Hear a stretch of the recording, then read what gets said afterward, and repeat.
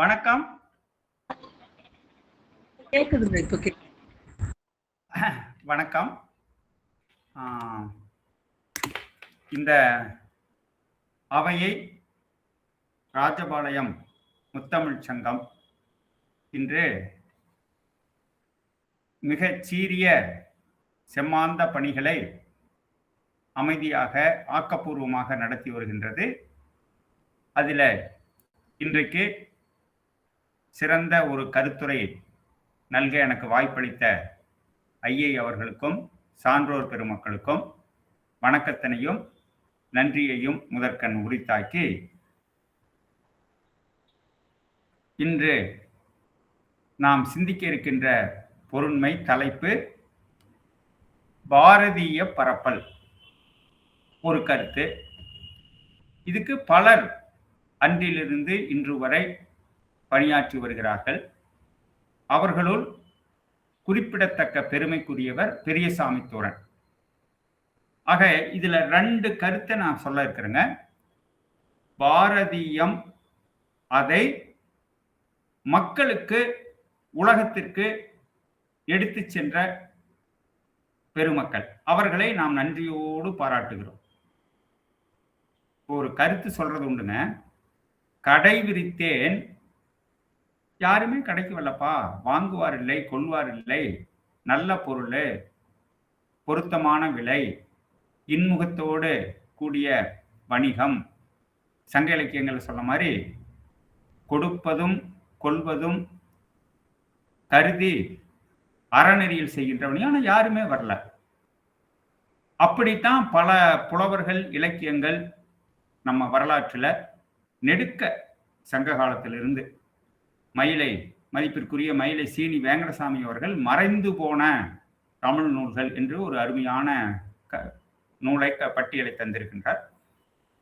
அப்ப ஒரு புலவர், பாவலர், அவர் தன்னுடைய கொள்கைகளை, கருத்துக்களை மக்களுக்கு விழிப்புணர்ச்சி ஏற்படுத்தக்கூடிய நெறிகளை, இன்னும் பல கருத்துக்களை அமைத்து பல வகையான இலக்கியங்களை ஆக்குகின்றார்.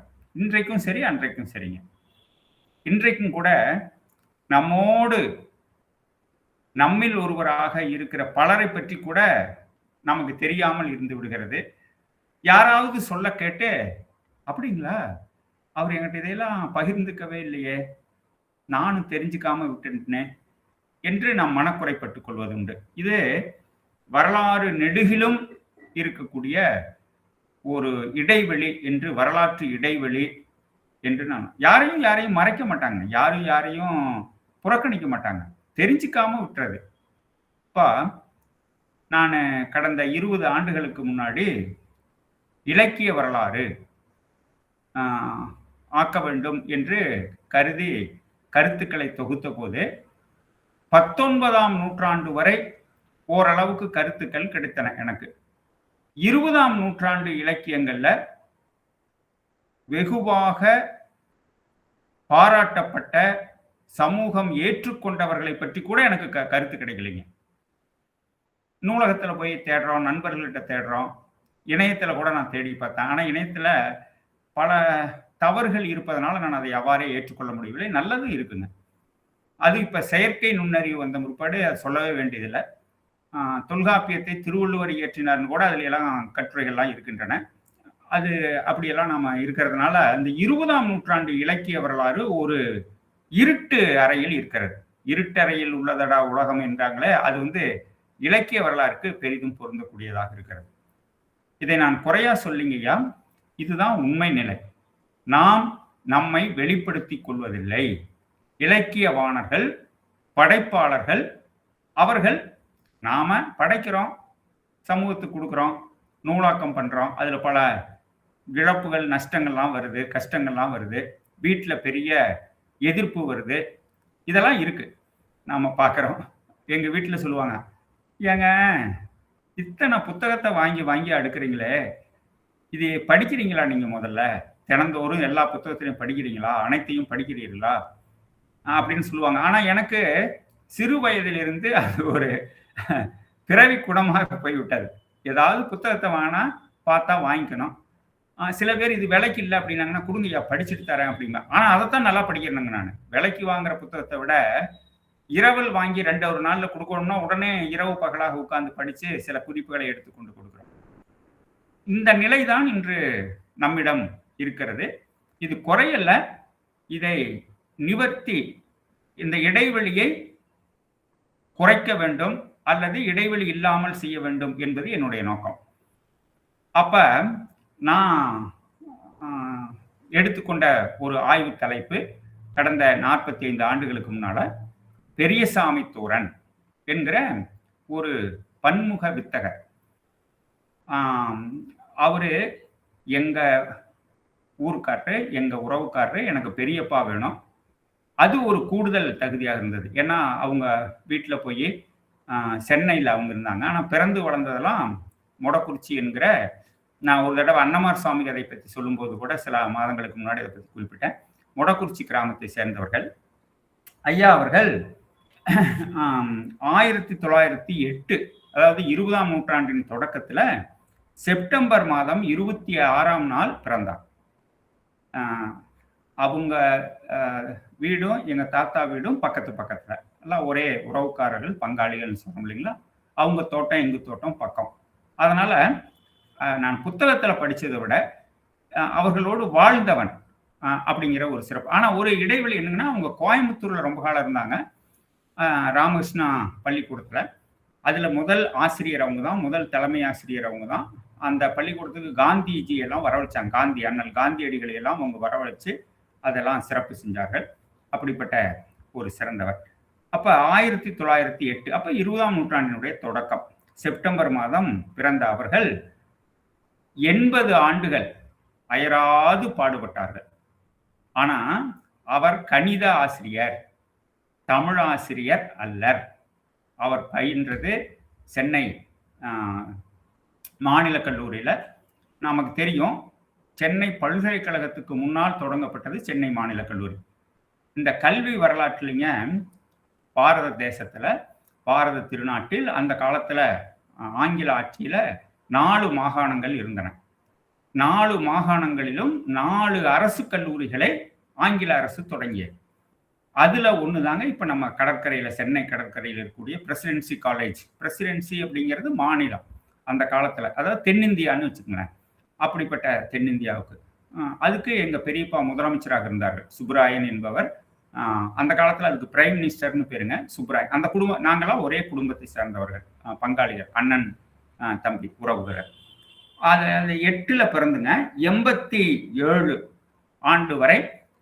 ஆனா 87 தொடக்கத்திலேயே மறைஞ்சிட்டாங்க. கிட்டத்தட்ட ஒரு 80 ஆண்டுகள் இந்த உலகத்திற்கு வாழ்ந்து சிறந்து நல்ல மக்களை பெற்று, அவங்கள பத்தி ஒவ்வொன்றா நான் சொல்றேன்.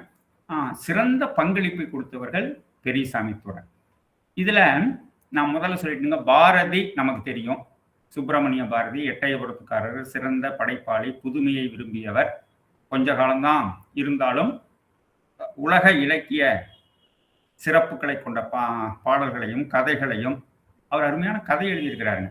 அப்புறம் இதழாசிரியர், நாட்டுப்பற்றாளர், விடுதலை கேள்வி ஊக்குனர், இதெல்லாம் நமக்கு தெரியும். அதுல இருக்கக்கூடிய கருத்துக்களுக்கு பேரு பாரதியம்னு நம்ம சொல்றோம். இப்ப தொல்காப்பியர் இயற்றிய கருத்துக்களின் குவியல் தொல்காப்பியம். அது மாதிரி காந்தியினுடைய கொள்கைகளை கொண்டது காந்தியம். அது மாதிரி பாரதி என்கிற சுப்பிரமணிய பாரதியார், அவரை பற்றி நமக்கு நல்லா தெரியும். ஆனா நான் ஒரு சின்ன அறிமுகம் சொல்றேங்க. பாரதி தமிழில் பாதி. அந்த காலத்துல சொல்லுவாங்க, கம்பரும் திருவள்ளுவரும் தமிழுக்கு கதின்னு சொல்லுவாங்க.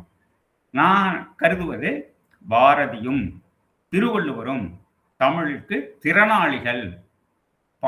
பாதினா இந்த இடத்துல அவங்க மிகச்சிறந்த திறனாளிகளாக இருந்தார்கள். அதனாலதான் இன்றைக்கு வரைக்கும் இன்னும் நாம் அவர்களை கொண்டாடி கொண்டிருக்கிறோம், போற்றி கொண்டிருக்கிறோம், ஆய்ந்து கொண்டிருக்கிறோம். அப்படிப்பட்ட பாரதியார் அவரை பிடித்ததனால், அவரால் ஈர்க்கப்பட்டதனால், இப்ப எங்க புதுச்சேரியில் இருக்கக்கூடிய சுப்புரத்தினம் பாரதிதாசன் என்று தன்னுடைய பெயரை அமைத்துக் கொண்டார். இந்த வரலாறுலாம் நமக்கு தெரியும். அப்படிப்பட்ட சீர்மைக்குரியவர் பாரதியார். அவருடைய இலக்கிய கொள்கைகள் பல. பிழிந்து கொடுக்க வேண்டும் என்றால் புதுமை, புதுமை, எளிமை, இனிமை, இந்த 3 கருத்துக்களை பாரதியார் கவிதைகளில் பின்பற்றினார், கொள்கைகளாக அமைத்துக் கொண்டார், படைப்பாக்க நெறியாக அமைத்துக் கொண்டார், கட்டுரைகளில விரிவாக விளக்கியிருக்கிறார். ஆக பாரதியாருடைய சிந்தனை, அதற்கு பல காரணங்கள். அவரு காசியில அவங்க அத்தை வீட்டுல, குப்பம்மா வீட்டுல இருந்ததனால் ஏற்பட்ட தாக்கம். இந்த இடத்துல ஒண்ணு சொல்லணுங்க. இந்த 25 ஆண்டுகளுக்கு முன்னாடி வாரணாசி, அதான் காசின்னு நாம் சொல்றோம், வாரணாசி, அங்க அருமையான பல்கலைக்கழகம் இருக்கிறது, மத்திய பல்கலைக்கழகம். இப்போ நம்ம திருவாரூர்ல இருக்குதுங்களே, புதுச்சேரியில் இருக்குது, அது மாதிரி இந்து பல்கலைக்கழகம். அதுல ஒரு கல்வெட்டு வச்சிருந்தாங்க. அங்க பாரதியாரை பற்றி பேராசிரியர்கள், அங்கே தமிழ்துறை இருக்கு, அருமையான தமிழ்துறை. அந்த துறையில பாரதியை பற்றி ஒரு கருத்தரங்கு நடத்தினார்கள். நடத்தினவர் என்னுடைய நண்பர் சரவணன் என்பவர் பேராசிரியர். அவர், ஐயா நீங்க வரணும், தூரனை பத்தி, பெரியசாமி தூரனை பத்தி ஒரு கட்டுரை படைக்கணும், அப்பதான் அது சிறப்படையும் என்று சொன்னார். அப்போதே அங்கு பல பேராசிரியர்கள் நம் தமிழ்நாட்டை சேர்ந்தவர்கள் இருந்தார்கள். அன்னைக்கும் சரி இன்னைக்கும் சரி, ராதாகிருஷ்ணன்ல இருந்து அது சிறப்புக்குரியது. அப்போ பேராசிரியர் லோகநாதன் அவர்கள் பதிவாளராக இருந்தார்கள். அவர்கள்ட்ட சொல்லியிருக்கிறார் இப்படி. அப்ப அவர் வந்தா என்னை பார்க்க சொல்லுங்கன்னு சொல்லியிருக்கிறாரு. நான் போய் பார்த்த உடனே சிறப்பாக. அப்ப அங்க நான் இந்த தலைப்புல தான் பேசினேங்க, பாரதியும் பெரியசாமி தூரனும் என்று. சிறந்த வரவேற்பை பெற்றது. அது மாதிரி நான் நிறைய இடங்கள்ல பேசி கொண்டிருக்கிறேன். நான் தான் சொன்னேங்களே, கடந்த 45 ஆண்டுகளாக நான் இந்த தலைப்புல ஆராய்ச்சிகளை செய்து கொண்டிருக்கிறேன். சரி, அப்ப பாரதியாரை இந்த உலகம் ஏற்றுக்கொண்டது. ஆனால் அறிஞர்கள் மத்தியில அது இருந்தது. பாரதியாருடைய கருத்துக்கள், எளிமை, இனிமை, இதெல்லாம் படைப்பாளர்களிடம், ஆய்வாளர்களிடம் இருந்தது. இளைஞர்களுக்கு, மக்களுக்கு இதை எடுத்து செல்ல வேண்டும். இதுக்கு தான் நம்ம பரப்பல்ங்கிற சொல்ல கொடுத்துருக்கிறேன். இந்த 45 ஆண்டுகளாக நான் இந்த சொல்லை பயன்படுத்துகிறேன். பலர் அதை பாராட்டி இருக்கிறார்கள். ஆகவே அதை தொடர்கிறேன். பரப்புரை அப்படின்னு நீங்க சொல்றாங்க இல்லைங்களா? அப்ப அது மாதிரி. அப்ப பாரதியம், பாரதியாருடைய உயர்ந்த சிந்தனைகள், எண்ணங்கள், அதை மக்களுக்கு எடுத்து சென்றவர்களில் குறிப்பிட்டு பாராட்டி போற்றி வணங்கத்தக்கவர் பெரியசாமி தூரன். சரி, பெரியசாமி தூரன் யாருங்க? பெரியசாமி தூரன் நான் சொன்ன மாதிரி 20ஆம் நூற்றாண்டில் நம்மோடு வாழ்ந்த ஒரு மாமனிதர். அவர் சென்னை மாநில கல்லூரியில கணித பாடத்தை பயின்றாருங்க.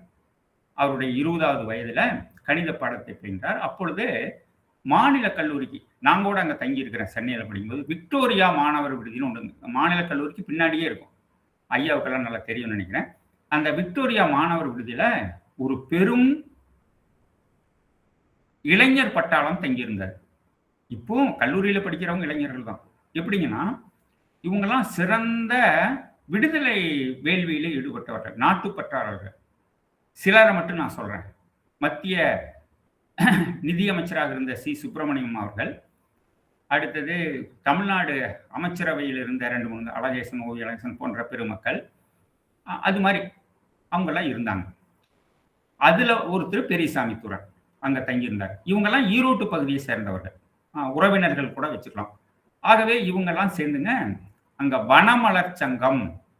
ஏன் நான் இந்த தலைப்பை எடுத்துக்கிட்டேன்னா, பாரதியை பற்றி பேசுவதும் பெரியசாமி தூரனை பற்றி பேசுவதும் இதை கேட்கிற இளைஞர்களுக்கு, ஆர்வலர்களுக்கு ஊக்கத்தை, வேகத்தை, ஒரு உற்சாகத்தை தூண்டிவிடும்.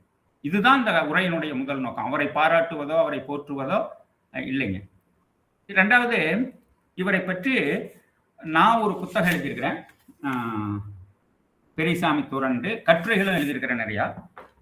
அதை விட சிறப்பாக நான் பெரிதும் மதிப்போடு பாராட்டுகிற சிற்பி பாலசுப்ரமணியா அவர்கள் சாகித்ய அகாதமியினுடைய இந்திய இலக்கிய சிற்பிகள், இந்த புத்தகங்கள் இது கிடைக்குது.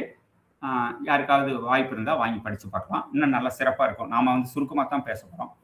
அதுல ஐயா ஒரு கருத்து சொல்றாங்க. 1908 முதல் 1987 வரை வாழ்ந்த கவிஞர், சிறுகதை படைப்பாளர், கட்டுரையாளர், நாடக ஆசிரியர் என பன்முக திறன் வாய்ந்த படைப்பாளி பெரியசாமி தூரன். அத்துடன் தமிழ் இசைக்கு, இதே நாம் தனித்தலைப்பா ஒரு நாளைக்கு பேசலாம், தமிழ் இசைக்கு வளம் சேர்க்கும் இசைப்பாடல்களை தந்தவர். இசைப்பாடல்கள் மட்டுமல்லங்க, அவருடைய 3 மகள்கள், அவருக்கு 3 மகள், ஒரு மகன், 3 மகள்களும் மேடையில தமிழிசை பாடல்களை சென்னையில பாடக்கூடிய அளவுக்கு அவர்களை பயிற்றுவித்தவர்கள். நிறைய எழுதியிருக்கிறாரு. இசை பண்ண ஆராய்ச்சியில் ஈடுபட்டிருக்கிறார். புத்தகங்களை வெளியிட்டிருக்கிறார். அப்படி தமிழிசைக்கு வளம் சேர்த்தவர். சிறுவர் இலக்கியத்துக்கு, தமிழ் சிறுவர் இலக்கியத்துல வள்ளியப்பா பத்தி எல்லாத்துக்கும் தெரியும் ஓரளவுக்கு. ஆனால் பெரியசாமி தூரன் அவருக்கு இணையாக பாடுபட்டிருக்கிறார் அப்படிங்கிறத பார்க்கிறோம். அறிவியல் நூல்களையும் அறிமுகம் செய்தவர். தமிழ்ல உளவியல், அறிவியல் நூல்களை ஆங்கிலத்திலிருந்து தமிழில் மொழிபெயர்த்து நூல்களாக வெளியிட்டிருக்கிறார். அவர் பணிகளுக்கு எல்லாம் மகுடமாக அமைவது கலைக்களஞ்சிய தொகுப்பு பணியாகும். இங்க இருக்கக்கூடிய பேராசிரியர் பெருமக்கள், அறிஞர்களுக்கு தெரியும், இந்தியாவிலேயே ஒரு மொழியில், தமிழ், தெலுங்கு, கன்னடம், இந்தியெல்லாம் இருக்குங்களா, தமிழில் கலைக்களஞ்சியத்தை கொண்டு வந்த தொகுப்பாசிரியராக, பதிப்பாசிரியராக அவனாசிலிங்கம் செட்டியார், அப்ப கல்வி அமைச்சர், அவர்களுடைய ஏற்பாட்டில் 10 தொகுதிகளில் கொண்டு வந்தார். அது மிகச்சிறந்த தொகுப்பு நூலாக, அறிவு பெருக்க நூலாக இருக்கிறது. அது ஆங்கிலத்தில் என்சைக்ளோபீடியான்னு சொல்றாங்க. அப்ப தமிழில் இந்தியாவிலேயே ஒரு இந்திய மொழியில் கலைக்களஞ்சியத்தை கொண்டு வந்த பெருமை இவருக்குரியது. அதற்கு பின்னால் இருக்கக்கூடிய அயராத பாடு இருக்குதுங்களே, உழைப்பு இருக்குதே, அது. அடுத்தது அவரை அறிவது. இது சிற்பி, மூதறிஞர் சிற்பி ஐயாவுடைய கூற்று. அவரை அறிந்து கொள்வது இலக்கிய வரலாற்றின், 20ஆம் நூற்றாண்டு இலக்கிய வரலாற்றின் ஒரு முக்கியமான பகுதியை அறிவதாகும். அப்ப இது சிற்பி பாலசுப்ரமணியா இந்த புத்தகத்துல மிக விரிவாக கொடுத்திருக்கிறார்கள். அதற்கு முன்னால நான் கற்று எழுதியிருக்கிறேன், நானும் புத்தகம் போட்டிருக்கிறேன். சரி, இப்ப இந்த தலைப்புல நாம பார்க்கின்ற பொழுது 1-2 சொல்லிட்டு இந்த தலைப்புக்கு போனா சிறப்பா இருக்கும். இன்னைக்கு தாமரை செல்வர் பத்மபூஷன் என்று விருது கொடுக்குறாங்க இந்திய அரசுல. பாராட்டத்தக்க வகையில இந்த சில நாட்களுக்கு முன்னால் கூட எங்க மாமா கூட வாங்கினாங்க, எஸ்டி மயிலானந்தன் அப்படின்ட்டு வாங்கினாங்க. இந்த ஆண்டு கூட சிறந்த பரிசுகள் எல்லாம் கொடுக்குறாங்க. அப்படிப்பட்ட பத்மபூஷன் விருதை 1968ஆம் ஆண்டு, அதாவது அவருடைய 60வது வயது, எதுக்காக கொடுத்தாங்கன்னா, இப்ப நான் முன்னாடி சிற்பி ஐயா சொன்ன மாதிரி அவர் ஒரு படைப்பாளர், சீரிய படைப்பாளர். பாரதியை, ஆனா அவர் சொல்லிட்டாரு, நான் பாரதியை பின்பற்றி படைக்கவில்லை, ஆனால் பாரதி சொன்ன கருத்துக்களை நான் ஏற்றுக்கொள்கிறேன். என்னங்க, எளிமை, இனிமை, இதெல்லாம் இது மாதிரி நான் செய்வேன் அப்படின்னு சொல்லிட்டார். இதுல என்ன ஒரு சிறப்புன்னா, தமிழ் படைப்பாளர்கள், எழுத்தாளர்களில் முதல் நமது பாரத திருநாட்டில் பத்மபூஷன் என்ற விருதை பெற்றவர்கள் பெரியசாமி தூரன். அவருடைய 60வது வயதுல 1968ஆம் ஆண்டு. அது இல்லாம இந்த கலைமாமணி அது இதுன்னு நிறைய விருதுகள் வாங்கியிருக்கிறார்கள். அது மட்டும் இல்லாமங்க, ஊடகங்களோடு நெருங்கிய தொடர்பில் இருந்தார்கள் அந்த காலத்துல. இவரே கையெழுத்து பத்திரிகை என்று நாம் சொல்றோமே இன்னைக்கு, அதை நடத்தினார். நான் சொன்ன மாதிரிங்க, விக்டோரியா ஹாஸ்டல்ல தங்கி இருக்கும் போது இவருடைய 20வது வயது, அதாவது நான் சொல்றதெல்லாம் 1928, அப்பெல்லாம் விடுதலை போர் வேகமாக வந்தது. சென்னையில் இருக்கக்கூடிய இளைஞர்களுக்கு சத்தியமூர்த்தி ஐயா, தீரர்னு நாம் சொல்லுவோம், தீரர் சத்தியமூர்த்தி ஐயாவினுடைய பேச்சை கேட்பது அந்த காலத்துல பெரும் வாய்ப்பு. ஆனா கல்லூரி மாணவர்கள், பள்ளி மாணவர்களை எல்லாம் அனுமதிக்க மாட்டாங்க அரசாங்கத்துல, ஏன்னா அது ஆங்கில அரசாங்கம் இல்லைங்களா. ஆனாலும் இவங்க தெரியாம சத்தியமூர்த்தி ஐயா எங்க பேசுறாரோ அங்க 2-3 பேர் தெரியாம போயிடுவாங்க. மாணவர்கள் விடுதியிலிருந்து போயிட்டு வந்துட்டு அடுத்த நாள் கூட்டம் போட்டு அந்த கருத்துக்களை சொல்வார்கள். அந்த அமைப்புக்கு பேர் தான் வனமலர் சங்கம். சென்னை மாநில கல்லூரியின் விடுதியாகிய விக்டோரியா விடுதியில் மாணவர்கள் அமைத்து கொண்ட சங்கம் வனமலர் சங்கம். அவர்களுடைய நோக்கம் 2, மாணவர்களுடைய படைப்பாற்றலை வளர்ப்பது, இன்னொன்று, 3 மாணவர்கள் அமைத்து கொண்ட சங்கம் வனமலர் சங்கம். அவர்களுடைய நோக்கம் 2, மாணவர்களுடைய படைப்பாற்றலை வளர்ப்பது, இன்னொன்று, 3 மாணவர்கள் அமைத்து கொண்ட சங்கம் வனமலர் சங்கம். அவர்களுடைய நோக்கம் 2, மாணவர்களுடைய படைப்பாற்றலை வளர்ப்பது, இன்னொன்று, விடுதலை வேள்வியில பங்கேற்று ஊக்கப்படுத்துவது என்பதற்காக. அப்படி இருக்கும்போதுங்க, தீரர் சத்தியமூர்த்தி ஐயாவுடைய பேச்சை கேட்பதற்கு 2, 3 பேர் போவாங்க. அதுல உறுதியாக பெரியசாமி துரன் போவாராம். அவங்க கூட போனவங்க சொல்லியிருக்கிறாங்க. பெரியசாமி துரன் போய் குறிப்பெடுத்துக்கிட்டு வந்து என்ன பண்ணாரு சொல்லுவார். 1 மாதம் 2 மாதம் ஓடுச்சுங்க. சில பேர் அப்ப இல்ல. எங்கேயோ போயிடுறாங்க அல்லது தேர்வு இருக்கு படிக்கிறாங்க மாணவர்கள் அந்த சங்கத்தில் இருக்கிறவங்க. அப்ப என்ன செஞ்சாங்க? பித்தன். ஏன்னா அப்பெல்லாம் பெரியவங்களுக்கு தெரியும். ஒரு பத்திரிகை, அது கையெழுத்து பத்திரிகையா இருந்தா இருக்கட்டும், ஒரு எதா இருந்தாலும் வெளியிடுவது என்பது ஆங்கில அரசாட்சியில பெரும் சிக்கல். அவங்ககிட்ட அனுமதி வாங்கணும் அதெல்லாம். அவங்க முதல்ல என்ன கேட்பாங்க? நீங்க மாணவர்கள், உங்களுக்கு என்னடான்னு சொல்லுவாங்க. ஆகவே திருவிக்கா சாது அச்சுக்கூடம் அங்கெல்லாம் போய் தொடர்பை ஏற்படுத்தி கொண்டு இவர்கள் பித்தன், பித்தன்கிறதுக்கு பல பொருள் உண்டுங்க. இவரை ஒரு தடவை கேட்டேன் நான். ஏன்னா எங்க பெரியப்பா தானே, அதனால கேட்டேன். அவங்க எங்க இருந்தாங்கன்னா சென்னையில அடையாறுல கஸ்தூரிபா நகர் அந்த பகுதியில் இருந்தாங்க. அதாவது அடையாறு பேக்கரிங்கிறது அடுமனை, அடையாறு அடுமனைங்கிறது சிறப்பு. சென்னையில இருக்கிறவங்களுக்கு தெரியும். அதுக்கு பின்னால தெருவில் இருந்தாங்க.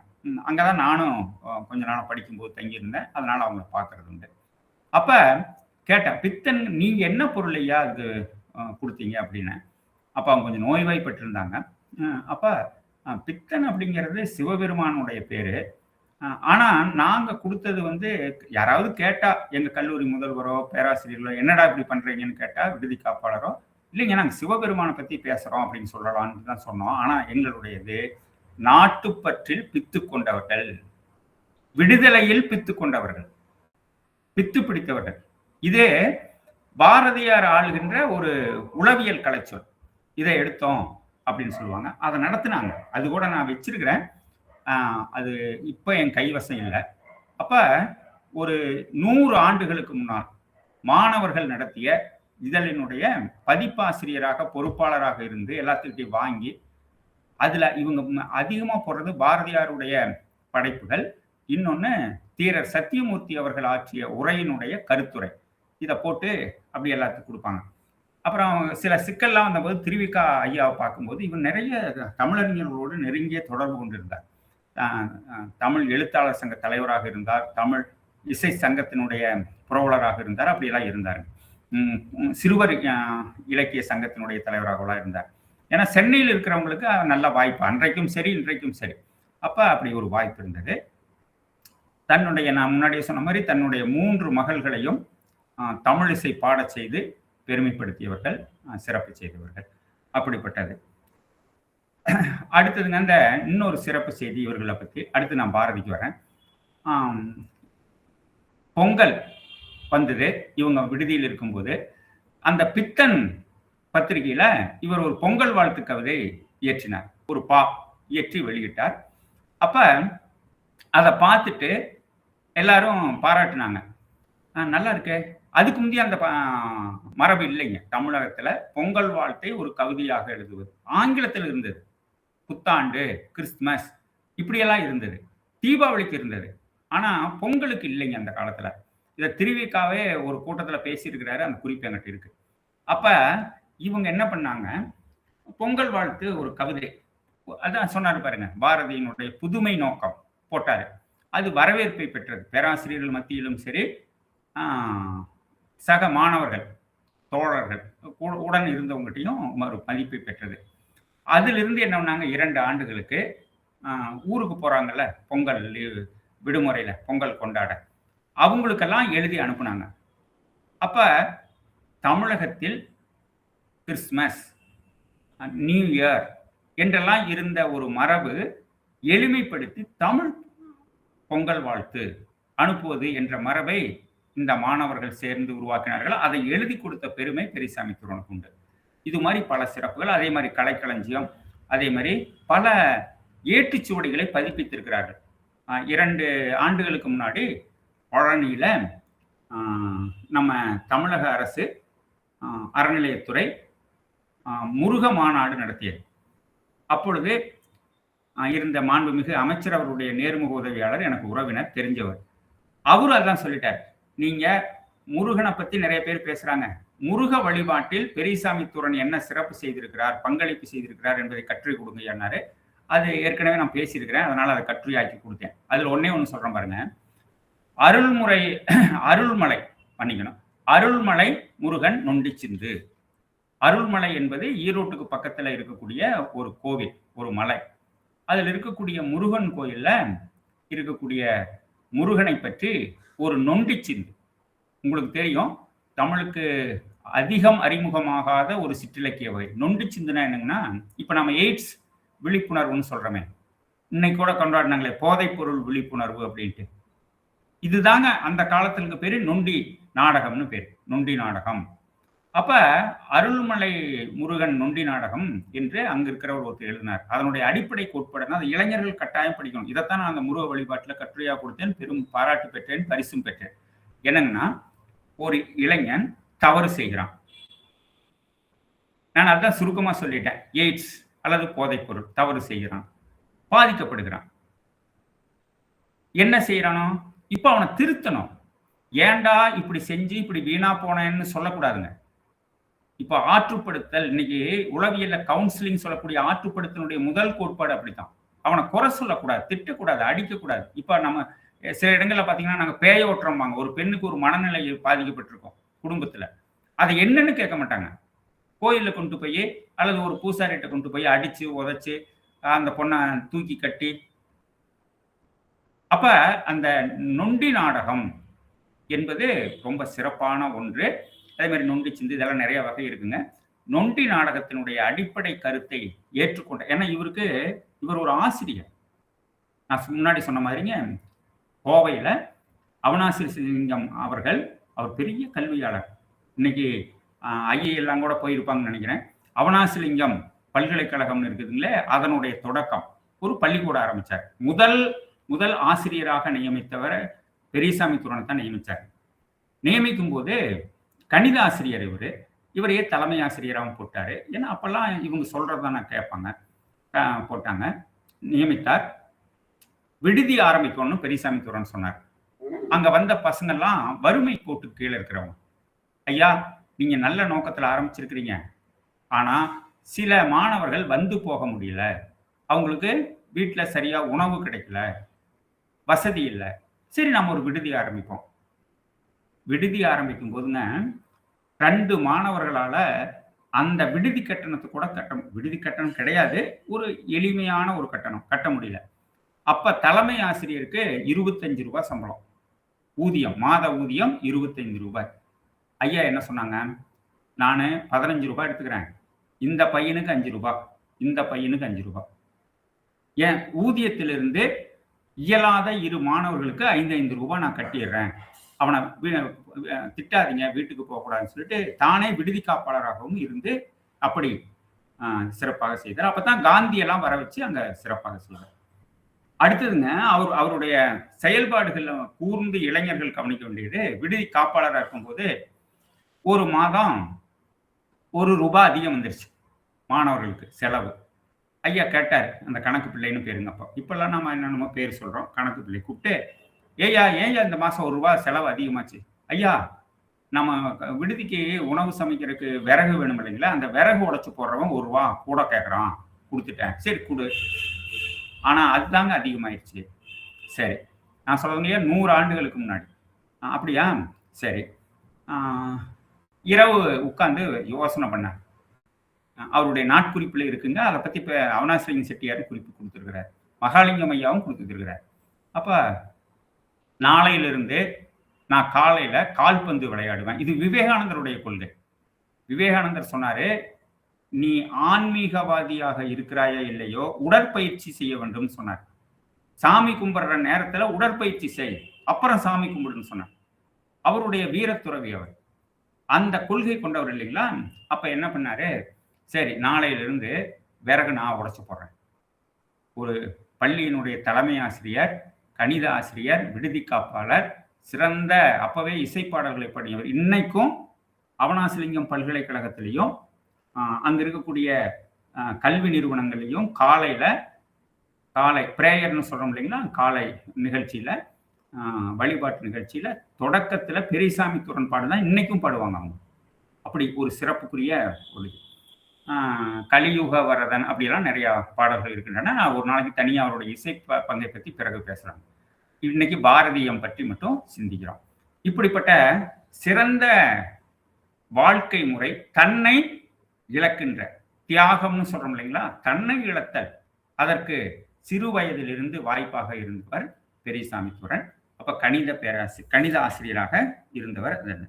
அடுத்ததுங்க, இப்ப நான் சொல்ல வேண்டியது பாரதியம் பற்றி அவர் 11 தலைப்புகளில் நூல்களை வெளியிட்டிருக்கிறார்.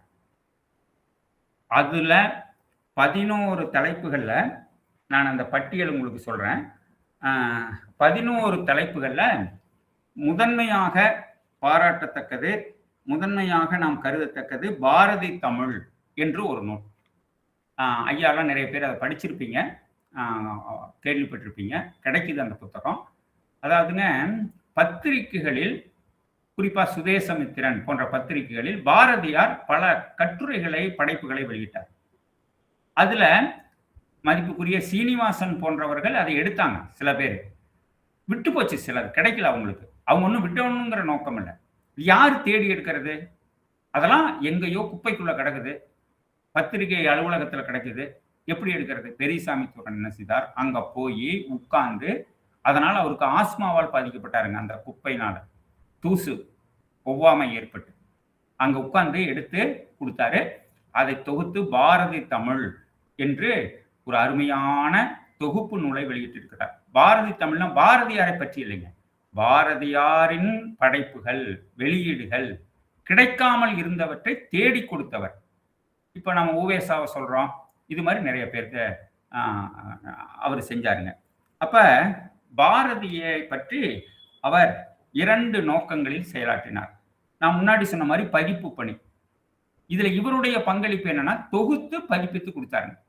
அதுல முதன்மையானது, சிறப்பானது பாரதி தமிழ். இன்றைக்கும் அது ஆய்வாளர்களால் மேற்கோள் காட்டப்படுகிறது, முனைவர் பட்ட ஆய்வுகளில் மேற்கோளாக காட்டப்படுகிறது, பெரிதும் பேசப்படுகின்ற பாரதி இலக்கிய வட்டத்துல சிறந்த நூல்.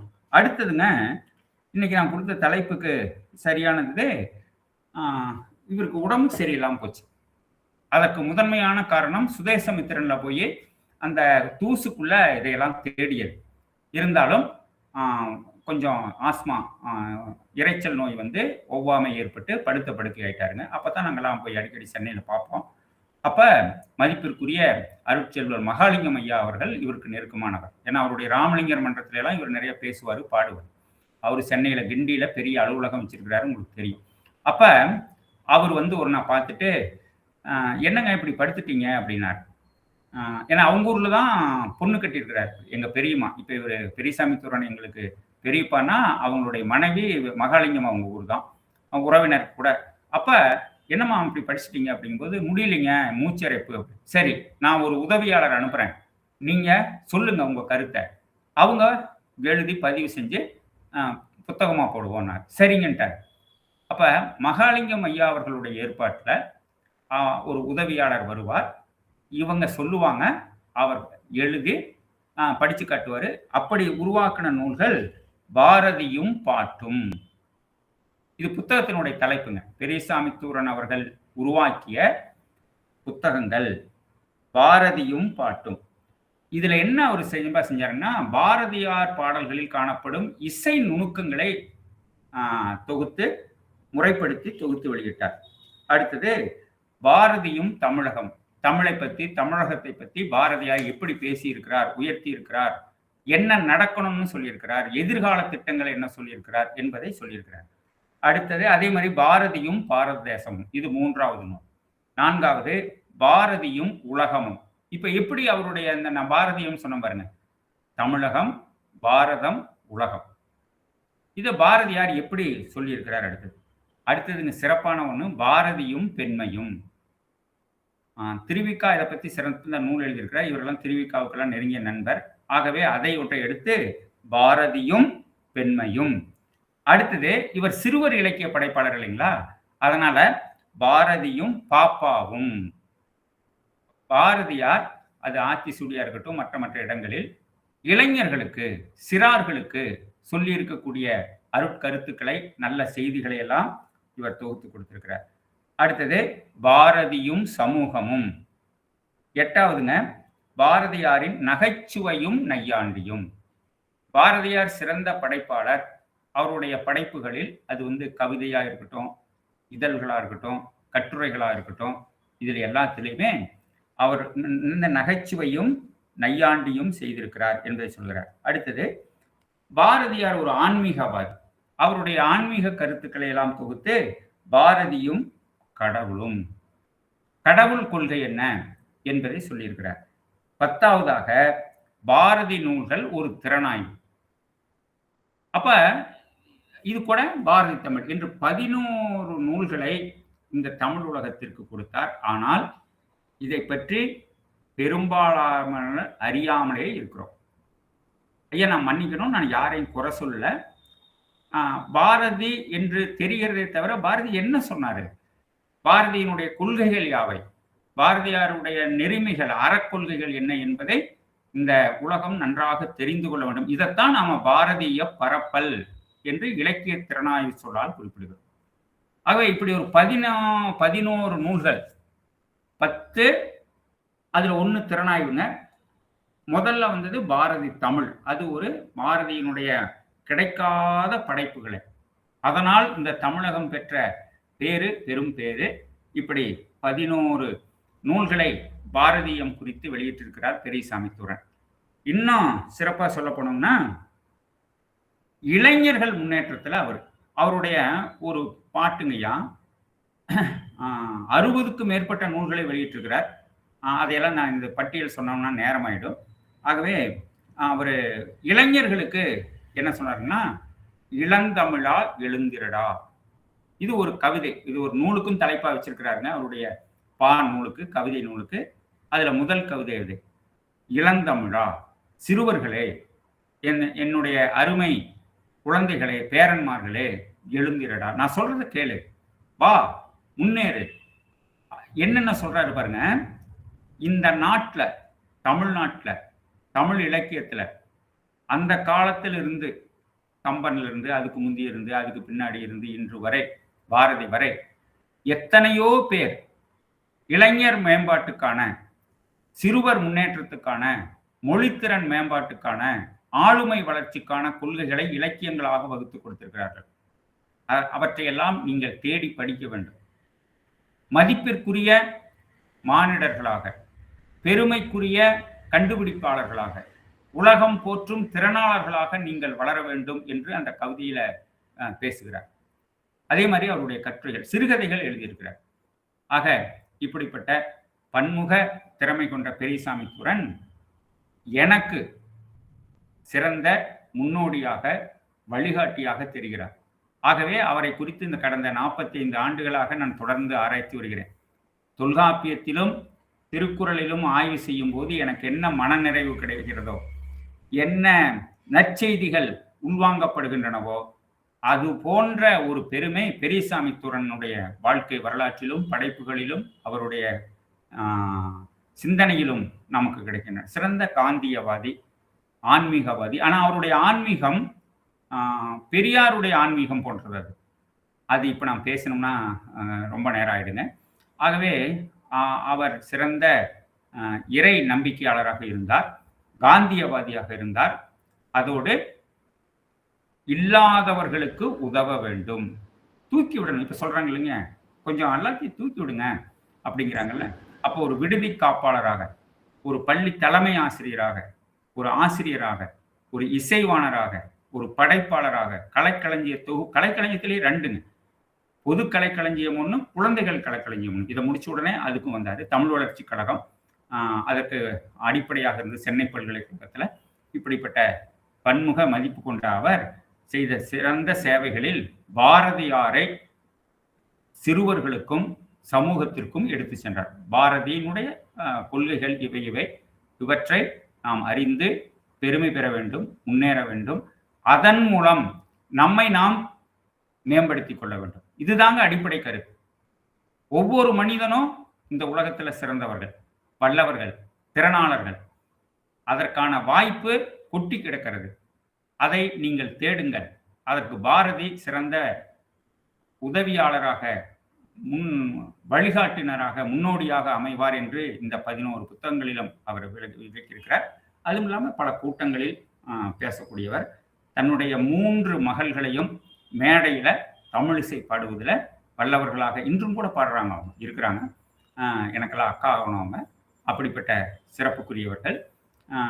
அவரை பற்றி பல ஆய்வு மலர்கள் வெளியிடப்பட்டிருக்கின்றன.